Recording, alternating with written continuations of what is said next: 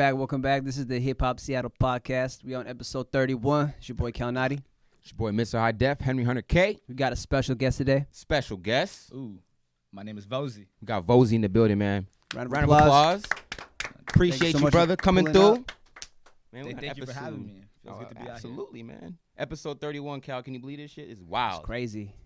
And we couldn't have a better guest than Mr. Vozhi here, man. How you doing? How's your week been? Man, it's been good. I'm about to be leaving town for the rest of the year, starting Monday. So wow, that's wild. This is great timing. You know, I mean, this is how I'm gonna remember pretty much the rest of the year in America. So where you going, if you don't mind me asking? So I'm going to Toronto. Toronto. Yeah.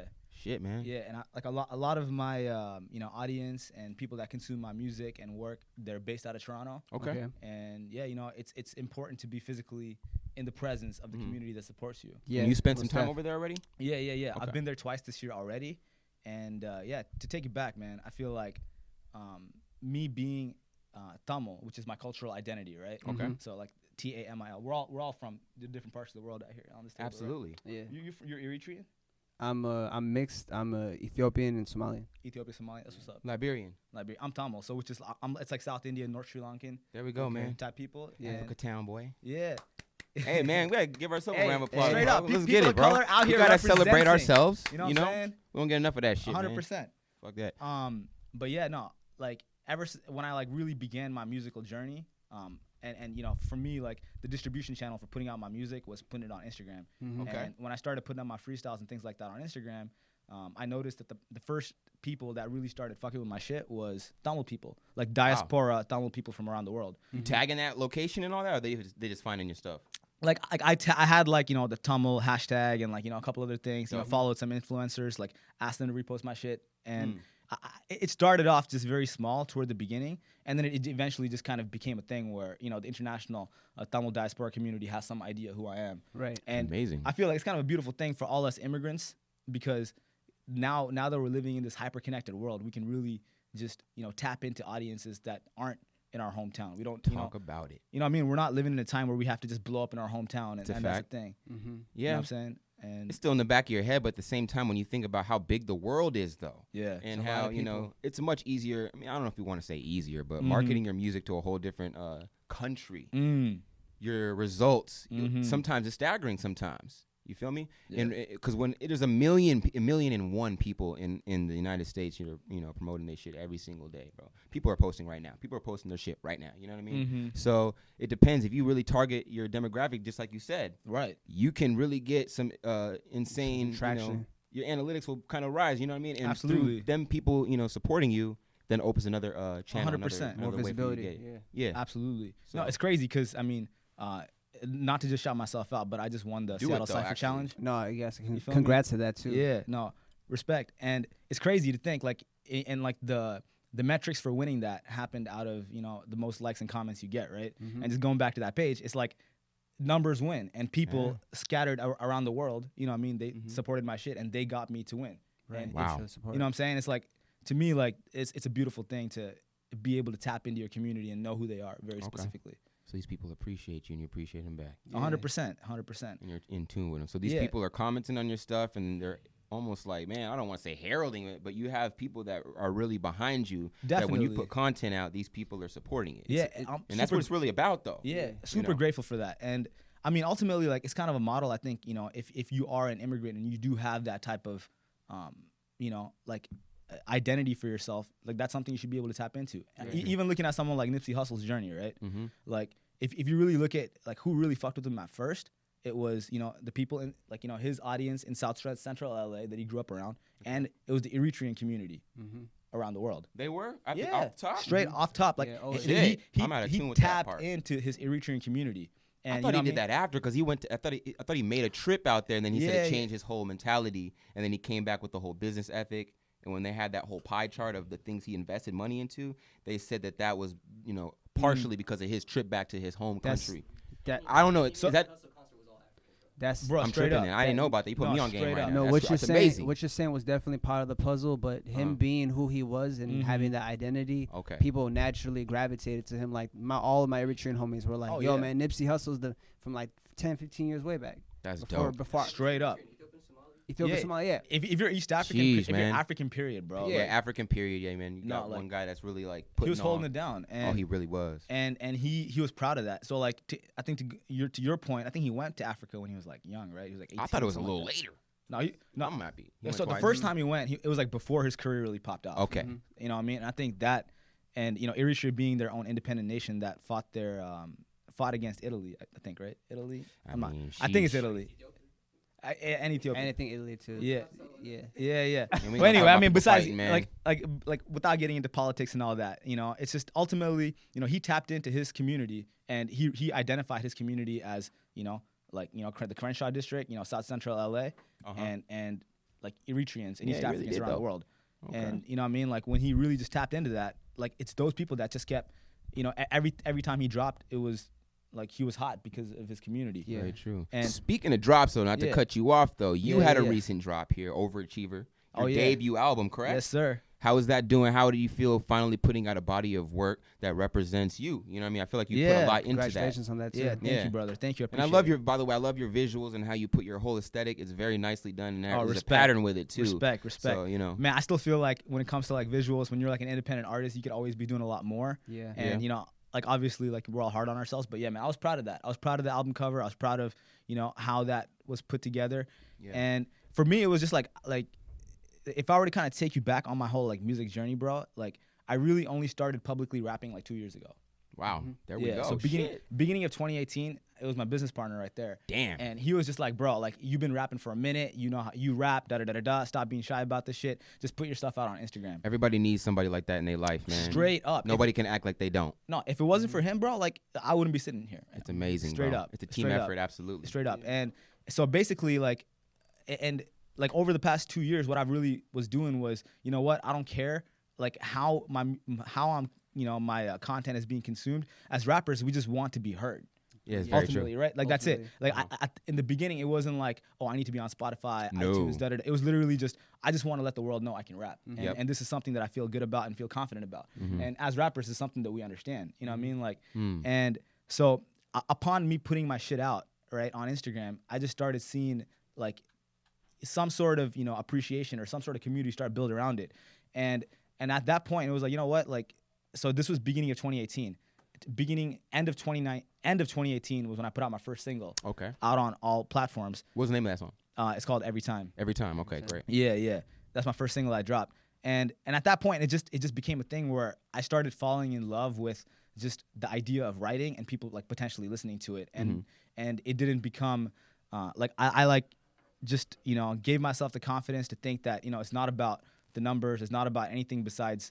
Like just one person potentially fucking with your shit. Yeah, very true. You feel me? And yeah, over the course of the past 2 years, bro, I just started, making music and just literally like I had a very consistent, studio time, like, twice a week where I'm just going in there, coming with a couple beats, couple ideas. Like it just gave me the accountability to just, be in a creative environment where I can continue putting out my shit, continue working on my shit. Right. And then it eventually got to a point where in like 2019, I dropped another single in March and another single in July time period. But then during this time period, I was just working on a bunch of music. And by the time, like it got to, earlier this summer, I was like, shit, I got a bunch of songs that I feel good about. And maybe if I could, just pick out the ones that really represent my journey so far, maybe there's something out of it.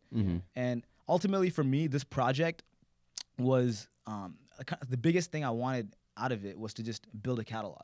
Okay. You know what I mean? Like I wanted my fan base and my community to, go on Spotify or Apple Music or Tidal or whatever and, type Vozhi and say, oh shit, there's a bunch of shit. Now, a lot of people think that way, man. A lot of people want to go a different route, you know what I mean? So it is interesting to have that perspective on it, for people to discover you and be like, oh shit, there's actually some shit for me to listen to. Yeah. Because there's been times, remember with that time that Post Malone had like what, 1 or 2 songs? That's crazy. Like who would have thought he'd be here right now doing the shit he's doing now? But I'm just saying, when you went to the man's page, there was fucking 2 songs, dog. Yeah. And it was like, but that's also a different story because I think we're in a different time too now. Also, you know what I mean? I mean, I look at someone like you when I first discovered your music, and I was like, oh, this is like I went on your page. I was excited that there's a bunch of shit I can listen to. That's awesome. Like I just put your shit on shuffle. It's good to know, man. You know what I mean? And I think, and me as a consumer, listening to another independent artist, I figured, you know, like I gotta apply that mentality to, you know, potential listeners that are, you know, fucking with my shit. Have you always been very like social media savvy? Because you really have your page all set the fuck up like real well. Because you even have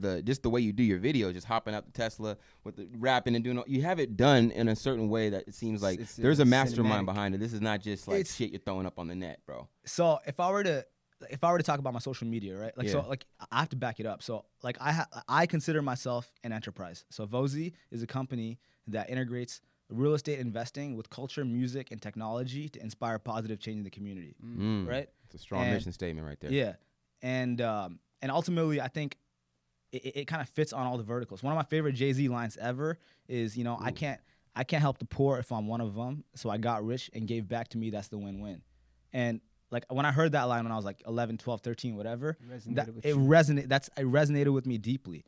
Like ultimately, I want to rap, but I don't want to rap and then depend on that as my source of income. Okay. And that was something that, you know, was very clear to me from the beginning, which is probably the biggest reason I was afraid to rap, because I thought that's just, you know, just from colloquial, you know, standpoint, you just think that, oh, you're rapping, you got to go all in on that, and like that's the only thing you do. So when I like, you know, when I first, you know, began my journey a couple of years ago with all this real estate, you know, rap, community stuff, it all kind of happened at once. Like it seemed like it did 2 years. Like 2.5 years. As far as just the grind of the like going up with it just seemed like your trajectory. Like I don't know, man. It's just you two. It's just y'all. It's just us. Yeah. So it's crazy, bro. So you guys have to definitely be on the same mental capacity as far as like where like your limits you think it is. Like because for 100%. 2 people to be doing this. And I mean, I don't know, man. I got to tip my hat because there's a lot of people that, and everybody's different. You can't dog anybody, but 2 years is a small amount of time. I consider like my first 2 years, bro, was complete like trial and error, and it was dope to me and a couple people. You know what I mean? Yeah. So to cultivate what you've done and have the results that you have, and to be able to even put your debut album out 2 years in, hey man, that's some hard work. Respect. You know what I mean? Thank you. So and yeah, man, it just. Like it just kind of happened on its own. I wasn't even thinking like, oh, like, you know, I didn't have like very specific metrics that I was trying to hit or anything, right? It's so, you know, we're talking about this like before the show, you know, coming from the immigrant background, right? Like I thought the ultimate, you know, definition of success when I was a kid was, you know, get a good degree, get a job, and you know, and you know, get that vacation package, yada yada yada. And you know, I did that. I made my immigrant parents proud, made my community proud with what I thought success was. And, you know, around, you know, 2016, 2017 time period, I realized, like, this isn't it. That sense of fulfillment was not there. No. Yeah. Bro, like, someone told me this once. In the corporate world, you can have 2 of 3 things, but not all 3, right? And between these 3 things, it's, you know, the climb in the corporate ladder. That's one of them. Going from developer to senior developer to director to executive. That's one of them. The other thing is health, personal health, whether it's mental, physical health, whatever. The third thing is family and social life. Pick 2. Think about anybody you know in the corporate world, and it's like very rare that you find somebody that hits all 3. And bro, that hit me like, you know, I don't remember who told me this, but just ever since, you know, like that realization occurred to me, it was like, all right, you know Drop what? that top 3 again just for the people watching. Yeah, so what's the top 3 again? Those amongst these 3 things, you can only have 2. Okay. Which is the climbing the corporate ladder, right? It's mental and physical health, and family and social life. Between those 3, pick 2. And there's a moral compass involved in some of that shit too. Yeah. It's like, man, each of them affect each other. 100%. So many different fucking ways. 100%. You know. And for me, it was like, you know, amongst these 3 things, I picked my, you know, mental and physical health and the climb in the corporate world toward the beginning because I figured that's what it was. You know what? I can make friends later. I can figure out my social situation later, yada, yada, yada. So, I mean, I'm grateful for my time in the corporate world because it allowed me to stack up some bread so I can quit and pursue this mission statement. Oh, so you quit that shit? Oh, I just like, Qasim and I both. So how were you able to walk away from this? So obviously the money was rolling in from this kind of situation, right? So how did you walk away from that? What was the thing, like when you guys did sit down, you guys obviously threw, you know, a couple ideas back at each other. What was that one that was like, yeah, we got to just stop this shit? So basically, year 2015, Qasim and I, we bought a house, right? You know, we saved up some bread, you know, put down a down payment and bought a house. And we just thought we're supposed to do that because, you know, you make money, you buy investment property, whatever. Come 2016, the same house was worth like, you know, like 60 grand more, 60 to 70 grand more than we bought it for. It's very good. So we're like, oh shit, we kind of just built equity on this without doing anything. And that was what drew us towards real estate. So around this time period, I'm kind of like just, confused about life and, what I'm going to do and da-da-da-da-da. Like, I'm not feeling fulfilled type of thing. I knew that I wanted to start some sort of business, and a business is selling a product or service. And when this whole thing kind of happened, we're like, well, shit, why not get involved with the biggest product that exists and figure out the logistics around that, okay? And so like for the first 6-7 months, that's literally what we focused on was the real estate shit. And then, come beginning of 2018, Qasim's like, yo, like you didn't just do this real estate thing so you can just, not be, pursuing your dreams. Why aren't you rapping? Ooh. You know what I mean? And that's when it all kind of came together that, like I'm going to define myself and define this company as a real estate investment company that integrates what we do with culture, music, and technology to inspire positive change in the community. And toward the beginning, it was kind of like, man, how's this gonna work? I'm this like, dark-skinned kid. I'm gonna go to these like, like white people real estate events, and I'm gonna tell them I'm a rapper. Like, how are they gonna take me seriously? I hate optics, that shit so much. Like, you know what I mean? Like, yeah, the whole optics of how all this, like was gonna be was probably one of the biggest like scare factors toward the beginning, right? And it just eventually like we just had to like equip ourselves mentally into thinking, you know what, like we're living in this hyper-connected world now, and if I'm in any sort of business, I'm selling something, right? And if I'm selling something, like people need to trust and believe in me as a seller, or sorry, as someone that's as a salesman, and what better way for them to recognize my authenticity than through my music? And if I were to put that shit out, right? Like, and if they were to be like, oh, this is an authentic person. So to me, it was literally just that raw thought that, moved us, forward and like continuing to put out my raps and continue to work on real estate. So to, going back to your question about my social media being set up the way, with the real estate and the aesthetically, and you and put the photos in there and shit. Oh yeah. I'm trying, bro. I'm just experimenting. People need to know about that because there's certain elements that would really help your situation out when somebody looks at your page for the first time. 100%. You want if someone's coming into your page, you know what I mean? Like you want them to recognize what it is you do. Like what's the point otherwise? Especially if you had like when you met them, you're like, yeah, I do this, that, and the third. Have a little bit of the representation there. Yeah. Like, oh, okay, this is the same guy I talked to. Oh yeah, this is him. Yeah, 100%. Yeah, it's real. 100%. And bro, like. It's kind of nuts, like just now, fast forward, end of 2019, like, right before Thanksgiving time period, we're sitting at, it's like I feel that it's really just applying, the marathon mentality to this mission statement. Now we're looking at it like, okay, well, rap is one vertical, real estate is one vertical, and helping out the community through the events we do with like Up and Up and, all shout that. Out Up and Up. Shout out Up and Up, you know what I'm saying? Like, that's a whole nother vertical. And what we kind of decided was like, or what we kind of realized later on is like, okay, what we're doing with the community aspect is really creating a physical, like environment and kind of buzz around the digital energy that we're creating. You know what I mean? And through the music, it's just really just a spiritual way for people to just get connected. Yeah. That's really dope, man. You feel me? And it's more than music. Yeah. And avenues, multifaceted. And like I one thing I would want to tell the listeners is, bro, like you can do more than one thing, and I'm not, people always say, oh, stick to your lane, da da da da. It's like they always say that. Yeah, shit. But like, bro, like it really is possible. So you know how like my whole concept is this, right? You know how rappers are like, oh yeah, I rap and then go on my website, buy my merch, like da da da da, right? So it's like straight up. It's cool. Like not to knock anybody's hustle, but I feel like that's exactly what I'm doing. It's like, hey, I rap. Go check out my merch. My merch happens to be real estate. You know what I mean? Right. And it's a whole different way of looking at it. Like you'd be so surprised to see in my DMs, right? Like y'all know I put out like rap videos, and then like I'll have a video of a house for sale, right? Crazy ass shit. Yeah, no, straight up. And then there'd be someone that happens to click on the Seattle rapper hashtag, came into my profile, like listen to my music, and they're like, oh, I fuck with this shit. Click on my profile again, just go through, see that I got a house listed. And then DM me saying, yo, dope raps. By the way, that house you got listed in Tacoma, yeah, I'd like to take a look at it. Make an offer and buy it. That's the craziest DM ever. Nobody gets those but you. So that's what I'm saying. No, it's like I feel that this happened. This, it's like hindsight 2020. That's the craziest shit ever, bro. It's like blowing now, my mind right now. It just makes sense. It's like, oh wait, what I'm doing is really just creating a community that appreciates the real estate aspect and the rap aspect and the community aspect. It's like if you don't get it, it's like you're not my audience yet. Yeah. You know what I mean? And really just being kind of tuned into that mentally, and never letting the metrics, the numbers affect, the confidence in how you proceed forward. It's just, I think that's the game right there. I think it's inspiring too, because when you tell people like, yo, you can do more than one thing, when they see like that your second thing, or I don't know which one you put in ahead of each other, but the fact that you got real estate as one of the things that you do, they're going to be like, oh shit, I really can. Because if this guy's powerful. Juggling, if this guy's doing, you're like, wow, what's okay. my excuse? 100%. What's my excuse? Exactly. And that's the thing, is I don't think I'm any sort of special, individual. Well, you should feel like you're special, actually. Yeah, well, I mean, you know what I mean? Like, in the sense that, like, I'm not like I'm happy with what I did. I'm proud of myself. I have a lot of self-respect for what I'm doing, but I don't think what I'm doing is just my unique capabilities.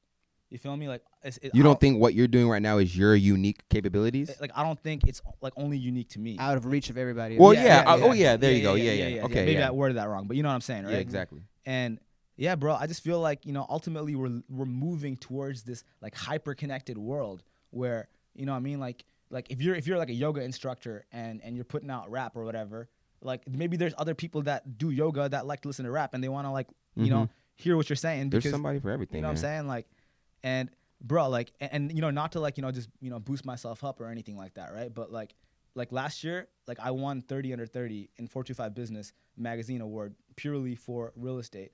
And wow. And, juxtapose that with, this year winning the Seattle Cypher Challenge.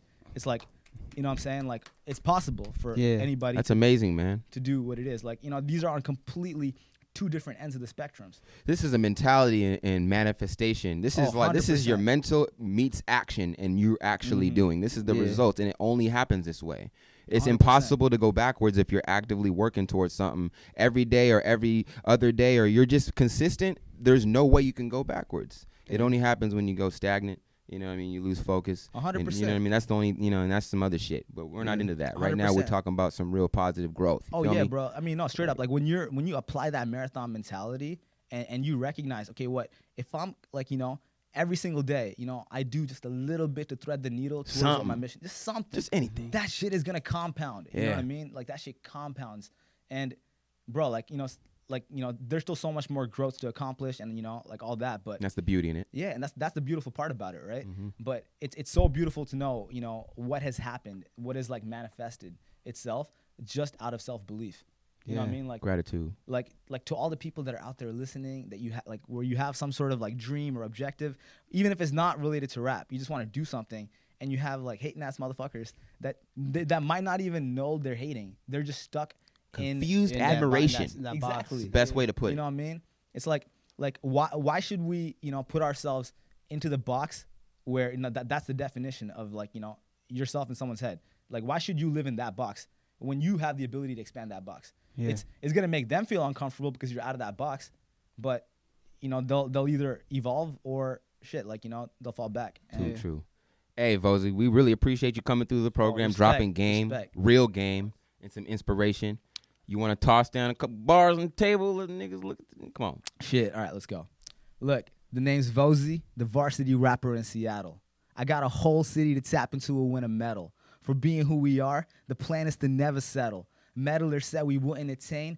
Bitch, please. What up? We got them haters to shut up. Learn and earn and burn and churn the butter. When I gotta say something, you don't hear me stutter. I just get my bread up, so I just get better. See right through your setup, the pedal is pushing every day. I called your bullshit quick, intuition to blame. Running through the 6, I had a decision to make. Had to look to myself, do I do this or escape? The paper chasing life is really not for many. So do yourself a favor and please stop pretending I'm charging hundreds of G's for document fees. I know I'm not normal, they gon' document me. Your stock hit a freeze, mine still popping, no please. These Tamil things all around me call me Poppy No T's. We popular preach, collecting occupant fees. You're fucking up my G, crossing I, dotting those T's.